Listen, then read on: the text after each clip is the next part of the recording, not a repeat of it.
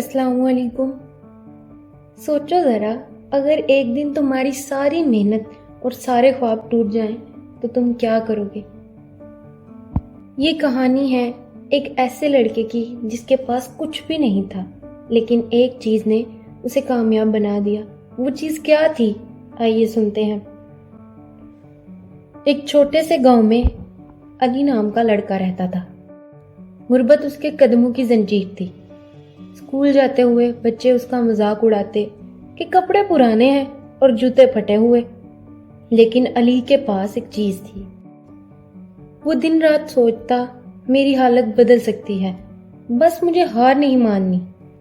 مگر حقیقت میں سب کچھ آسان نہیں ہوتا۔ زندگی بہت سے امتحان لیتی ہے، لیکن علی کا اصل امتحان ابھی باقی تھا۔ کالج پہنچنا بہت مشکل ترین تھا۔ دن میں مزدوری کرتا اور رات کو پڑھائی۔ کبھی کبھار بھوکا سو جاتا، لیکن کتاب بند نہیں کرتا۔ آخر کار شہر کی ایک بڑی کمپنی میں ملازمت مل گئی۔ لیکن اس دن جو ہوا اس نے علی کی زندگی ہمیشہ کے لیے بدل دی۔ پہلے دن باس نے کہا، یہاں کامیابی ان کو ملتی ہے جو مسائل پر رونے کے بجائے حل ڈھونڈتے ہیں۔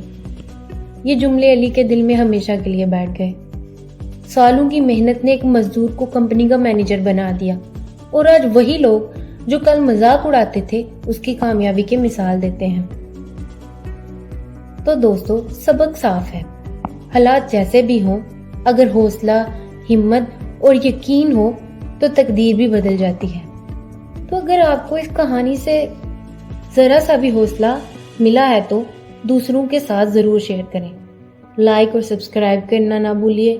شکریہ۔